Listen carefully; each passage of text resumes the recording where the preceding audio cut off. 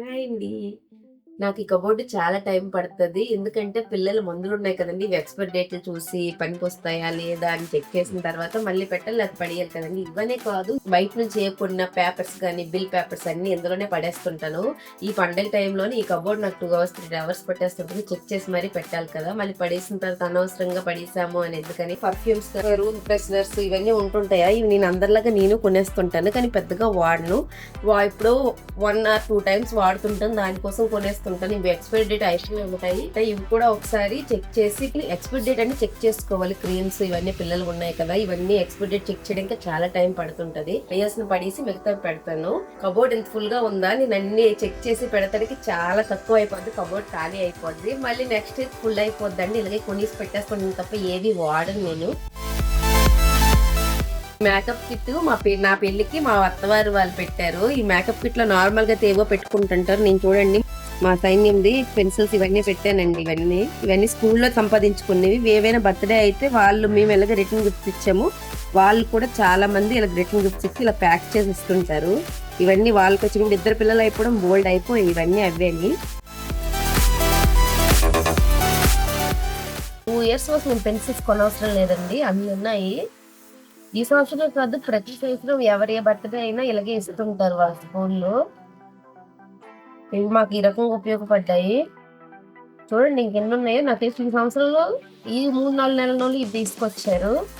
ఈ మధ్యన ఇది తగ్గిపోయాయండి. చాలా మంది మాలా బాక్స్లు ఇచ్చేస్తున్నారు. చూడండి ఎన్ని ఉన్నాయో. ఇవన్నీ మేమేవి కొనేవి కాదు, బయట నుంచి వాళ్ళ ఫ్రెండ్స్ బర్త్డేకి ఇచ్చినవని.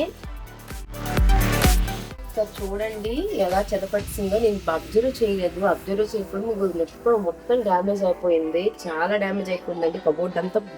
మరేం లేదు.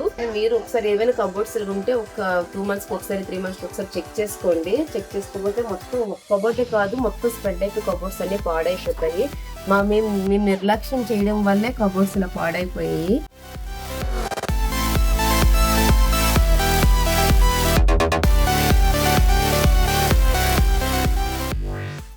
చూడండి ముందు మీకు నేను క్లీన్ చేయకముందు చూపించాను కదా. ఒకసారి ముందు కబోర్డ్కి ఇప్పుడు కబోర్డ్కి ఒకసారి టాలీ చేయండి. అన్ని దగ్గర సగం ఖాళీ అయిపోయి ఎక్స్పైరీ డేట్ అయిపోయి అవన్నీ పడేసామండి. ఏవైతే ఉన్నాయో అవి పెట్టాము. మందులు అన్నీ ఎక్స్పైరీ డేట్ అయిపోయి అవన్నీ మళ్ళీ కొనుక్కోవాలి.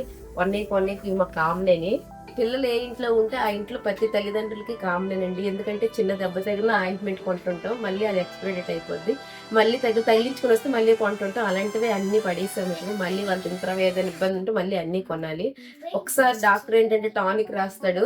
అది అయిపోయిన తర్వాత మళ్ళీ ఫీవర్ వచ్చిందని వెళ్తే మళ్ళీ సేమ్ టానిక్ ఇవ్వడు. అది వేస్ట్. అలాంటివన్నీ వేస్ట్ అయిపోయి అవన్నీ పడేసాము. ఏమైనా ఇబ్బంది ఉంటే మళ్ళీ కొనుక్కోవాలి. అందుకే సంగ ఖాళీ అయిపోయి మెడిసిన్స్ ఎక్కువ వేస్ట్ అయిపోయి అవన్నీ పడేసాను.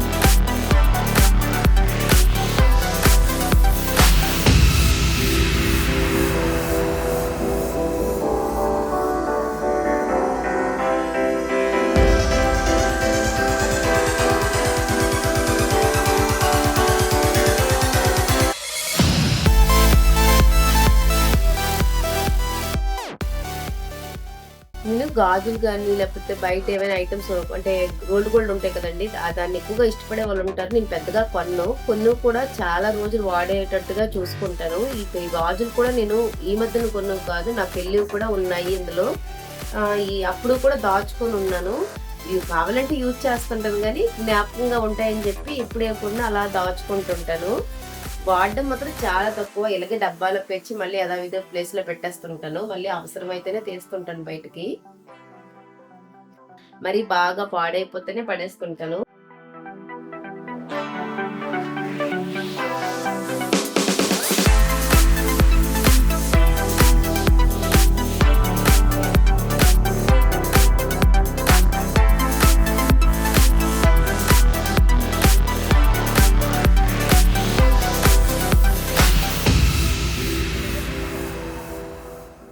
ఇంట్లో ఉండే కబోర్డ్స్ అన్ని క్లీన్ చేసాను.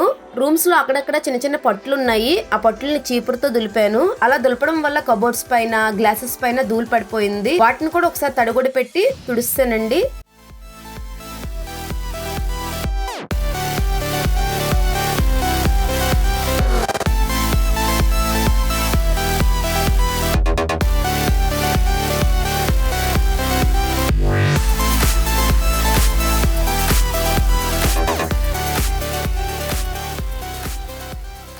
కబోర్డ్స్ పైన అందం కోసం బొమ్మలు ఉండేవి. అవి కూడా ఒకసారి కడిగేసి తుడిసి పెట్టాను.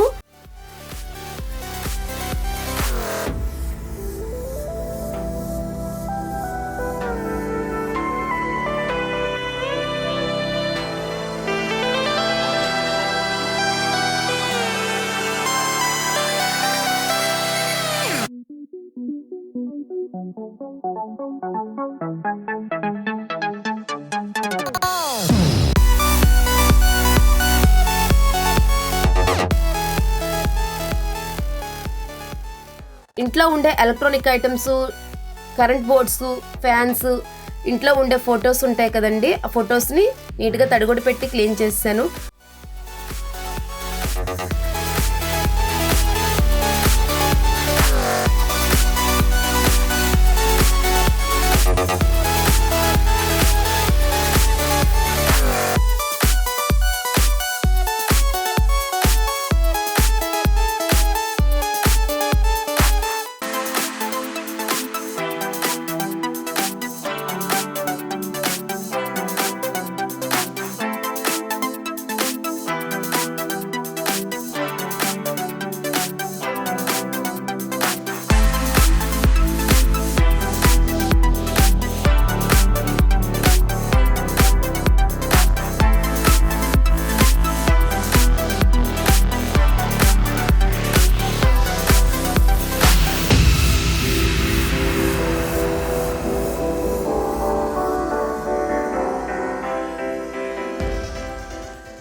అన్నిటిని క్లీన్ చేసి ఫిష్ ట్యాంక్ని క్లీన్ చేయకపోతే బాగోదేమని చెప్పి ఫిష్ ట్యాంక్ని కూడా ఒకసారి క్లీన్ చేసాను.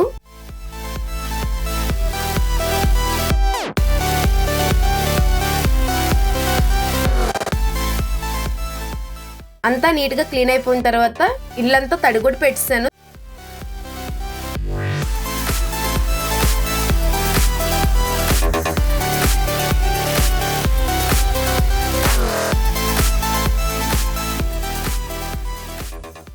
ఇల్లంతా తడిగుడి పెట్టి ఫ్రెష్ అయ్యి వచ్చాను.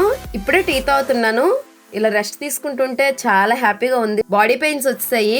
దానికి మా హస్బెండ్ అంటున్నారు, ఈ మాత్రం దానికి అలసిపోయావని చెప్పి కౌంటర్లు వేస్తున్నారు. దానికే నేను నవ్వుకుంటున్నానండి. మీరు చేస్తే తెలుస్తుంది అని చెప్పి తనకి నేను కూడా రివర్స్ కౌంటర్ ఇచ్చాను. ఫైనల్ గా ఇంట్లో ఉండే పండగ క్లీనింగ్ పనులన్నీ అయిపోయాయండి. అయినా ఒక్క రోజుతో అయిపోయే పైన చెప్పండి. ఇల్లు క్లీనింగ్ అంటే అమ్మయ్య అన్ని పనులు అయిపోయాయి అని హ్యాపీగా కూర్చున్నాను. అంతేనండి. Bye bye.